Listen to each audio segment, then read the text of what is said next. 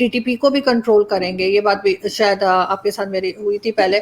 تو یہ دو طرح کی اسٹیٹمنٹس چل رہی ہیں. اب یہ دیکھتے ہیں, جیسے عمران خان صاحب کا لیٹسٹ اسٹیٹمنٹ جو تھا وہ یہ تھا کہ انہوں نے کہا کہ ہم ایسی گورنمنٹ چاہتے ہیں افغانستان میں کہ دونوں مل کر بنائیں, مطلب طالبان اور افغان گورنمنٹ جو ابھی موجود ہے یہ دونوں مل کے گورنمنٹ بنائے. تو اس پہ کوئی کہہ رہا تھا مطلب بچیاں ایک دن اسکول جائیں اور ایک دن نہ جائیں, پھر ایسا ہوگا نا, کیونکہ طالبان اور دونوں مل کے جب بنائیں گے تو پھر تو اسی طرح سے ہوگا, اس لیے کہ وہ اسکولس تو ابھی بھی اڑا رہے ہیں. ابھی انہوں نے ریسنٹلی ایک کامیڈین تھے ان کے یہاں کے آرٹسٹ تھے, ان کو مار کے اور درخت کے ساتھ باڈی لٹکا دی تھی. ہمارے فورن منسٹر کہتے ہیں کہ جی بڑے انٹیلیجنٹ قسم کے لوگ آئے ہیں آپ کے, یہ وہ طالبان نہیں ہیں.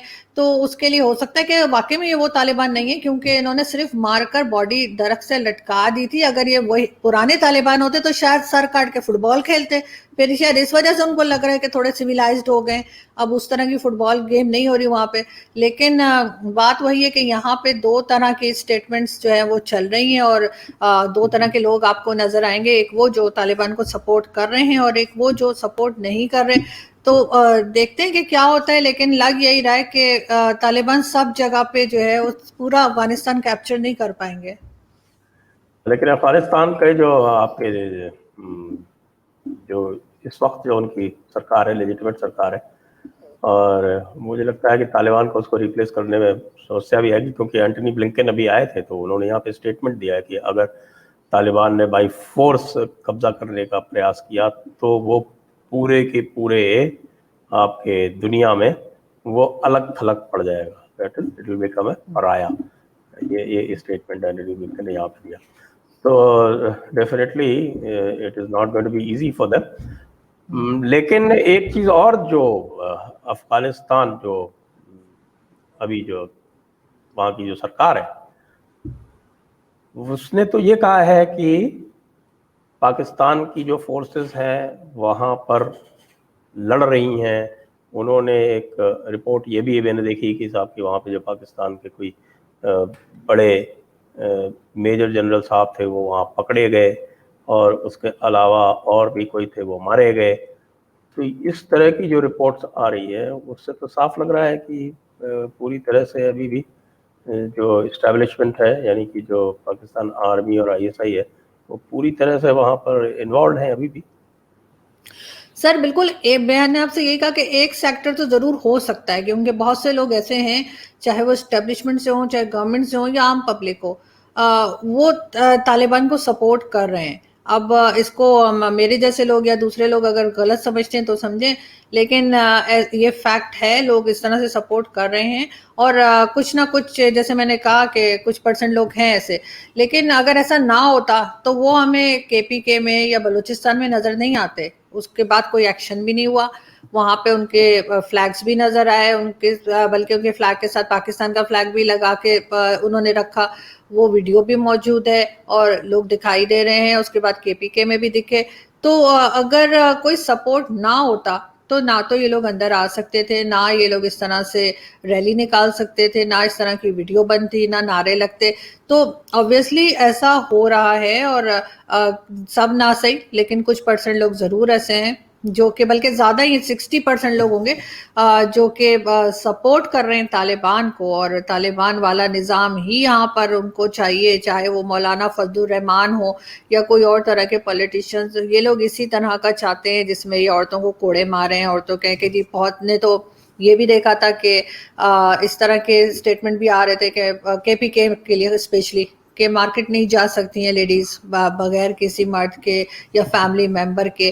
تو یہ آہستہ آہستہ کر کے یہ اسی طرف جا رہے ہیں. اور جیسا انہوں نے ابھی جو ٹیکسٹ بکس تھیں پنجاب کی ٹیکسٹ بکس, اس میں ملالہ یوسفزئی کی پکچر تھی, وہ ہٹوائی ہے. وہ پوری بکس ہٹوا دی ہیں کہ یہ نیشنل ہیروز میں ملالہ کی پکچر بھی تھی. تو انہوں نے کہا کہ یہ کیسے ہو گئی, تو اس کے بعد انہوں نے وہ ساری بکس ہٹا دی. تو کہیں نہ کہیں سے کوئی پریشر تو ہوگا جس کی وجہ سے ان کو وہ بکس ہٹانی پڑی ہیں اپنی اس میں سے, ٹیکسٹ بکس میں سے. تو بالکل لوگ کریں, اور مطلب کوئی میں برائی نہیں کر رہی, لیکن میں پھر بھی کہہ رہی ہوں کہ کوئی مطلب جھوٹی بات نہیں ہے. سب جانتے ہیں کہ عمران خان صاحب کو ایک زمانے میں طالبان خان بھی کہا جاتا تھا, تو وہ ان کا اور جس طرح کا مائنڈ سیٹ ان کا اس وقت ہے, جس طرح کی اسٹیٹمنٹ پرائم منسٹر کی طرف سے آتی ہے, اور بے شک بعد میں وہ یو ٹرن مار لیں, لیکن انہوں نے پہلے کہا تو تھا نا, پہلے وہ لوگوں کو بلیم کر رہے تھے, لیڈیز کے ڈریس پہ بلیم کر رہے تھے, عجیب عجیب قسم کی وہ اسٹیٹمنٹ دیتے ہیں. تو اس چیز کو ہم انکار نہیں کر سکتے کہ یہاں پر طالبان کو ایک کافی بڑا پرسنٹیج ہے جو کہ سپورٹ کر رہا ہے. اور اگر افغان گورنمنٹ ہمیں بلیم کر رہی ہے تو وہ پاگل تو نہیں ہے نا, ان کا دماغ تو نہیں خراب ہے کہ بیٹھ کے وہ بولیں گے.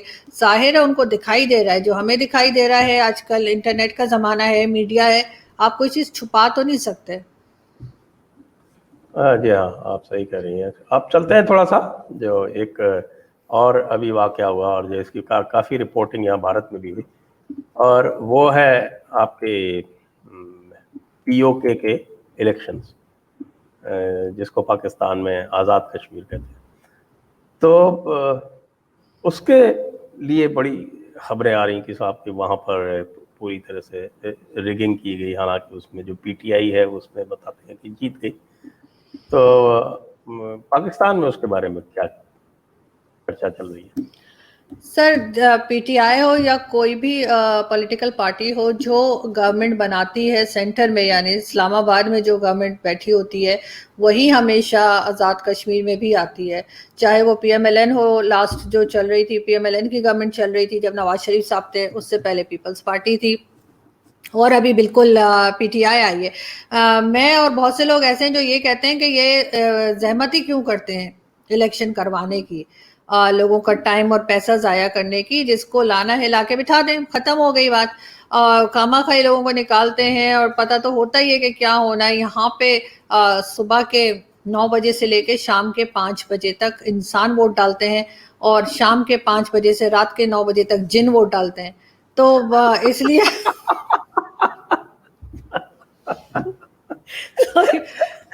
اس لیے ریزلٹس ایک دم سے چینج ہو جاتے ہیں.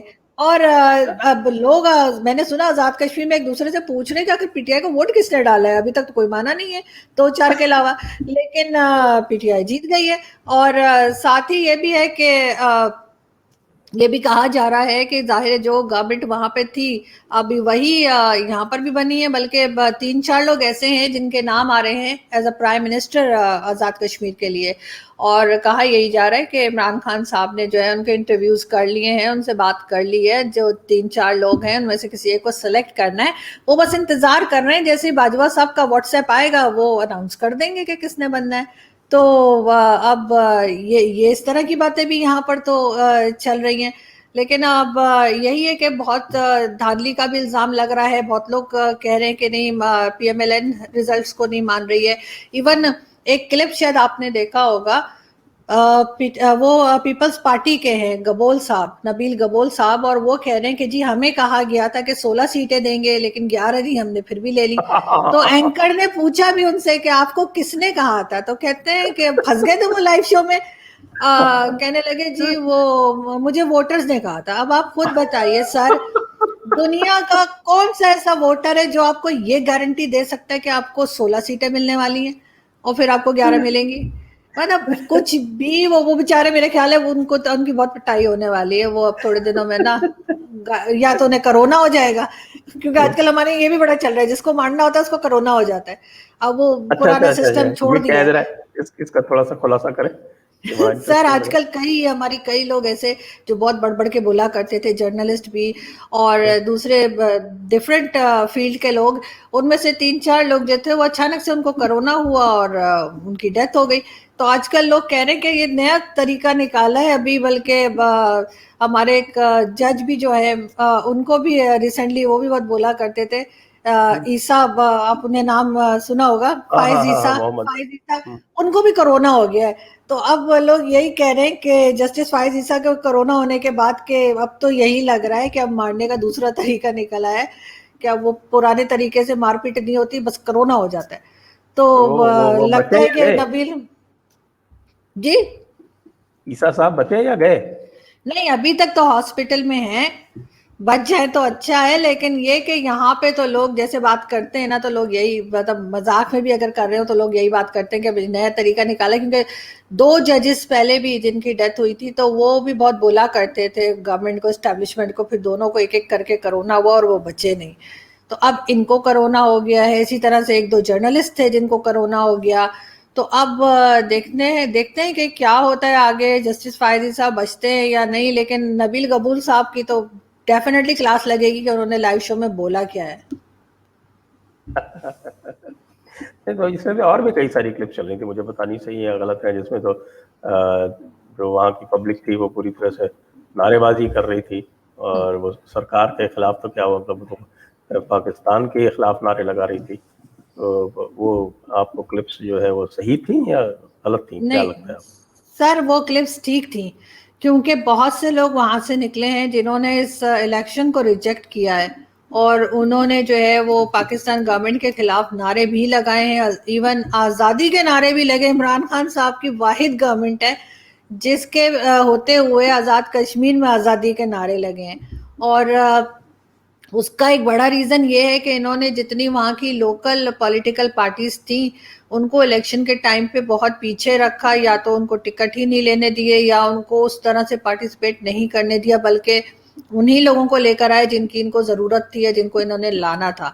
تو اسی وجہ سے تو لوگ کہتے ہیں کہ پھر یہ الیکشن کرواتے کیوں ہیں، پھر یہ یہی کریں کہ بس بتا دیں کہ جی یہ لوگ آ گئے، ختم ہو گئی بات، نہ لوگوں کا ٹائم ضائع ہوگا نہ پیسہ ضائع ہوگا. تو وہ جو لوگ ہیں جو اصل میں کشمیر کے ہیں اور جن کی ڈفرینٹ پولیٹیکل پارٹیز ہیں، وہ کافی ناراض تھے اور وہی نکلے تھے. انہوں نے ان کے خلاف پروٹیسٹ بھی کیا تھا اور نعرے بھی لگائے تھے. یہ ویڈیو فیک نہیں ہے.